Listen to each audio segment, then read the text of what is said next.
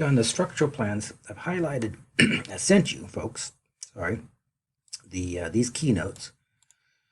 So from the email, copy those things. Let me minimize the word processor. Let's see, no, close this thing out, get into to AutoCAD.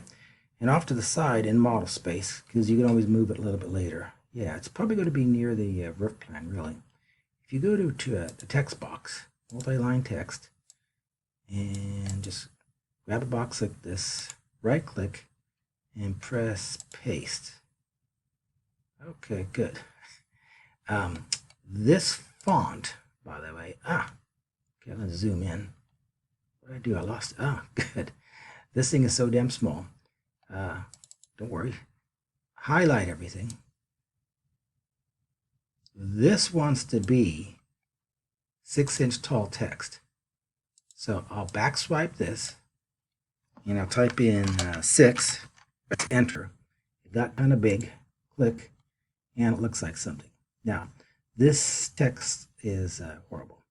Highlight everything and you get this. Copy all that stuff and don't use this Times New Roman. It has a little serif on it. What we want is a sans serif text, like an Arial text or Helvetica. So I'll just come up and I think the standard thing that we kind of use is Arial text. Okay. This text here, it doesn't have to be, sorry, 6 inches. Let's make it 12 inches.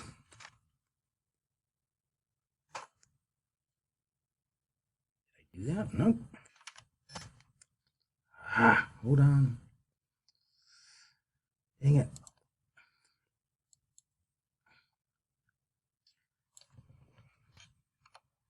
I'll just put keynotes here, sorry. And yes, sometimes doing text can be a pain in the butt. So highlight that. I want to highlight that 6 and type in 12 and press enter. And there we go. That's the structural keynotes. Now there's some notes in here that like this, you don't, in your email, I turned this into gray text. Delete that. Okay. Now the other thing that occurs too is the square footage of the attic and the square footage of the crawl space. Okay, delete this. You have to figure that stuff out. Okay, and I know you can. So that's some of the keynotes. Now, someplace nearby, you're going to be putting the truss diagrams in. You can read the packet on that. You're just going to draw at an 8-12 slope something that looks like a truss. And the truss here, it spans 22 feet. So if the packet says 20 feet, that's an old packet. This truss here, it spans 26 feet from wall to wall with a 1-foot overhang. So it's not 24 feet. So you need to do it according to the plan that we're building. Now, what we're going to discuss today is doing the foundation plan for this. So what's good right now is these dashed lines for that 4-foot footing that we put in like the first day of Revit, that stays. That's perfect. But what we have to do is turn these other lines into solid lines and turn them into stem wall and a footing. So these lines, they're in the right spot. They're on the gray underlay layer. What you could do is, let's say, highlight those things, right click, and go to properties and say, hey, I don't want you to live on the gray underlay layer anymore. I want you to go to the structural layer. Let's see what happens. So structural.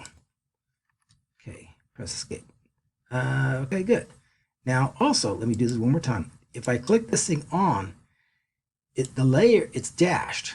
And I said, well, no, I don't want you to be dashed. I want you to be a solid black line because the layer on, and just go put layer. Okay. And let's see. And yeah, because everything on the structural layer is going to be black. So now the other thing I put in here the other day is this second floor framing plan here. We're going to copy some information here and paste it over here. It's going to be similar. But what we're going to do today is we're just going to do the concrete foundation work here. And if you were to place this drawing, have the grid turned on, have snap turned on, and let me, hold on, let me minimize this. And you don't need this 12-foot dimension here. I just put that there that it kind of will work out when you go to your layout sheet. It'll kind of work out that you'll be able to see all of this stuff. So I'll delete this 12-footer. It doesn't have to be 12-footer. It can be 14, but you don't want it too much because you want to be able to fit these things on the same sheet. So I want to be in the structure layer when I draw things, and all these lines here, they can be on the structural layer, black, continuous. So I use match properties, and I'll touch this, and I'll create a box around these. I'll create a box around these, and I'll create a box around these. Okay, good. Now, what we want you to do next is we're going to offset all these lines that we see here, offset it by 6 inches. So here we go. 6 inch offset. I'll type in 6 and throw it to the inside here. I was wrong on this. I'll get back in a second. And we'll throw this thing off to the side. Throw this off to the side. Okay, now I'm going to put pause on the movie, and I'll show you what we completed. So these are the stem walls here, here, here, not here, because remember we have some piers. I'll discuss it later. Now you just use the fillet command to clean up the corners. So let me use the fillet command, and I'll touch this line. Let me check something. Oh snap! Ortho is getting in my way. Let me press escape a couple times. Let me try it one more time. Fillet command. I'll touch the tip of this line and the tip of this line. I'll press enter to touch the tip of this line and this line. And press enter again to touch the tip of this line and this line. So I'll pause right now, and I'll show you what happens when it's completed. Okay, picking up where we left off, we have a 6-inch stem wall all around here, all around here, all around here, and I purposely made this thing kind of an odd thing here just to emphasize the fact. Watch this on the fillet command. If you call this up, what you want to do is you want to touch the tip of this line here and the tip of this line here, not this point of the line and not this point of the line, because that's reversed. Okay, so what you do is you use the fillet command and you go near the tip, but stay on this side of the boundary, stay in your lane, right? Hit this and then hit this, and then it goes away. That's what you want to see. Okay, that's perfect. Now, the next thing I do is I'm going to offset one of these lines, and it's going to be by 3 inches. So I'll go 3, and I'll click from here off to the side. I'll press escape. I'll call up this line, and I say, well, just because you're on the structural layer, I don't want you to always be continuous like everybody else. I want you to be dashed. Okay, and I'll press escape. So we've got a dashed black line. And then what we'll do is offset 3 inches this line to there and to here and to here. Then eventually, well, then you will use the fillet command, clean this up, use the fillet command, or press enter to touch the tip of this, touch the tip of this. Undo, screwed up, fillet command, touch the tip of that, and the tip of that. Good. And then we'll take match properties and say, this is our source, this is our paint bucket, and now we'll tag this element and this element. And so what it did is it's still on the structural layer, but now override it and says, now you're dash. Do the rest of the plan. I'm going to put this thing on pause. Offset all the lines 3 inches. So once again, you use match properties and you use the dashed line as a source. And, excuse me, what was happening is it was still in the process of offsetting lines. So I'll touch this as a source, and I'll touch this line, and I'll touch this line. Now let me press escape, because again, what you'll have to do is you have to use the fillet command and touch the tip of this line, tip of this line, press enter to call up the fillet command, touch the tip of this line, and then do the rest of the model.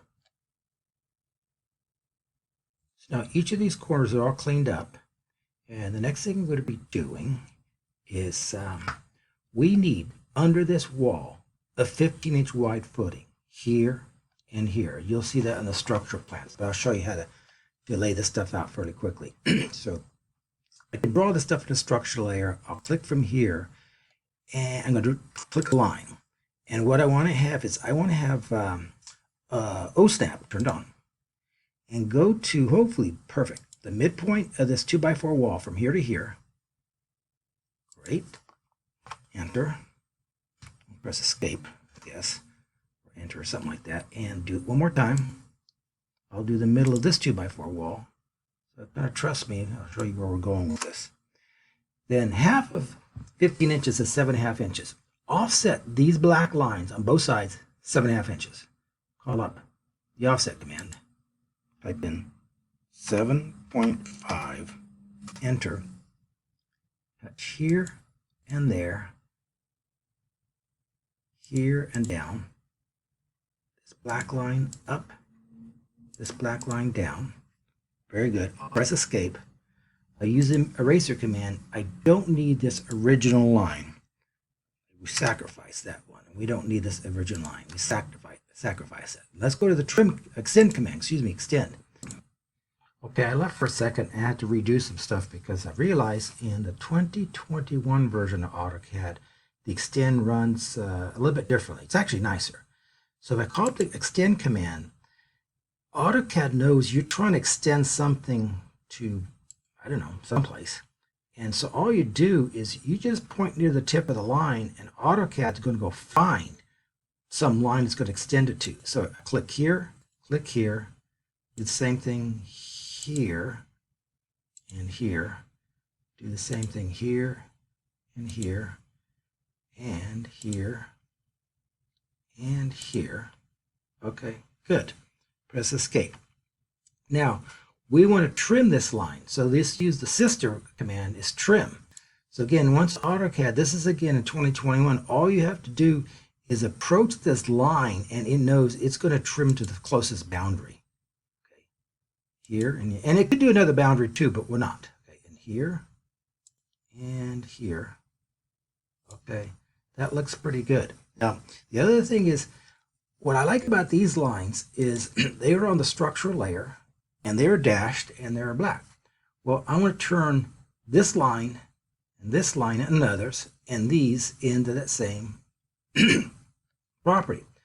So I'll use match properties and I'll touch this line, and I think what I could do is if I click, look at this, if I click and I just cross some of these lines by percentage, it will change them. I'm going to do the same thing over here. Just cross these things. Okay, it does that. Now I want to tag this outside line, and this outside line, and this outside line right here. Press escape. So what we have, if you couldn't look at the BIM packet, there's a 3D model. We didn't model this footing in Revit, but I did in the packet years ago, because we want a 15-inch wide footing, because this is a bearing wall. Both sides of the staircase, it goes up to the second floor, and yeah, and we're just supporting it with some extra concrete under the slab. So this is just this first part of doing the foundation plan. So this is a 13-minute video, 14-minute video. I'll stop right there and I'll pick up with another video.